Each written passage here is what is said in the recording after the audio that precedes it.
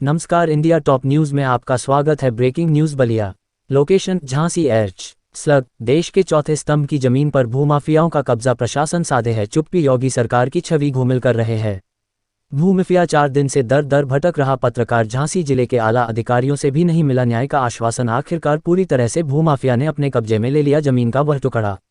Location Jhansi H. Jhansi जिले की तहसील गरौठा के कस्बा एच में देश के चौथे स्तंभ पत्रकार की जमीन पर भूमाफियाओं द्वारा कब्जा लगभग 4 दिन से चल रहा है काम और प्रशासन मूक दर्शक बना देख रहा है।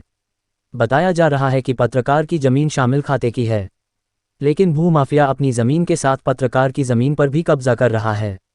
ये सब खेल प्रशासन की नाक के नीचे चल रहा है, पर प्रशासन पूरी तरह से आंखें बंद किए हुए हैं। जब पत्रकार पुलिस स्टेशन गया तो 5 घंटे पुलिस उसे बैठाले रही और भूमाफिया जमीन पर कब्जा करता रहा। उत्तर प्रदेश में योगी सरकार का चाबुक लगातार भूमाफियाओं और अवैध कब्जाधारकों पर चल रहा है। इसके बावजूद भी आखिरकार क्यों झांसी जिले के एच में एक पत्रकार को न्याय पाने के लिए दर दर भटकना पड़ा? क्यों प्रशासन ने पत्रकार की बात नहीं सुनी? जबकि पत्रकार अपने सारे दस्तावेज लेकर आला अधिकारियों के चक्कर काटता रहा, लेकिन उसकी कहीं भी कोई सुनवाई नहीं हुई। आखिरकार क्या मजबूरी थी प्रशासन की कि एक भूमाफिया को शाय देता रहा प्रशासन, जबकि उसकी यह जमीन का मामला एसडीएम कोर्ट में भी चल रहा था। इस पूरे प्रकरण में एक सवाल यह खड़ा होता है कि अगर एक पत्रकार को ही न्याय पाने के लिए दर दर भटकना पड़े और प्रशासन का साथ ना मिले तो ऐसे में आम जनता का क्या हाल होता होगा? अब यह देखने वाली बात होगी कि इस पत्रकार को न्याय मिल पाता है या नहीं, या जिला प्रशासन की कार्यशैली पर सवाल खड़े होते हैं, क्योंकि झांसी जिले के सारे आला अधिकारियों की चौखट पर दस्तक दे चुका है। पत्रकार फिर भी न्याय के लिए तरस रहा है। इस पूरे प्रकरण को 4 दिन बीत गए हैं और पत्रकार की जमीन पर पूरी तरह से उक्त भूमाफिया ने कब्जा कर लिया है। और जो मेरी जमीन थी यहाँ पे लगभग 1 करोड़ की जमीन थी, जिसको एक माफिया थे शशि भूषण कनकने जी, वो एक्चुअली उससे पेशे से वकील हैं, लेकिन उन्होंने जो काम किया है वो माफियाओं की श्रेणी में किया हुआ है।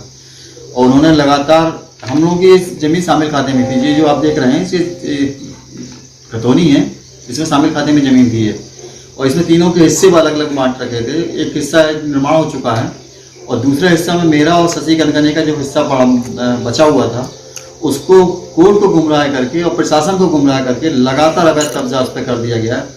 चूँकि जमीन उनकी मात्र 9 डिसमिल थी। 9 डिसमिल के बाद उनके एक चाचा की जमीन थी, वो चली गई थी, और 9 डिसमिल मेरी थी जमीन। उसको लगातार उन्होंने पूरा लगभग 13,000 स्क्वायर फीट में कब्जा कर लिया है। 4,500 स्क्वायर फीट उनकी जमीन थी और 13,000 स्क्वायर फीट में कब्जा कर लिया। लगभग 1.5 करोड़ की जमीन का कब्जा कर लिया, और इसमें पूरी तरीके से प्रशासन शांत रहा, मौन देखता रहा।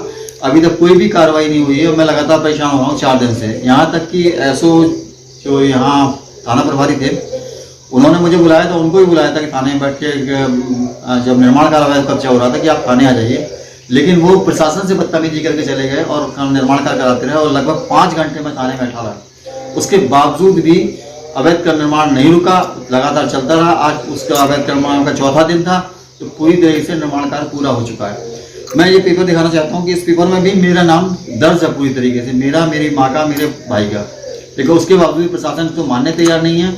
मेरी जमीन पर पूरी तरह कब्जा हो चुका है। अगर ये चीज़ योगी शासन में होती रही तो प्रशासन इतना मौन क्यों है?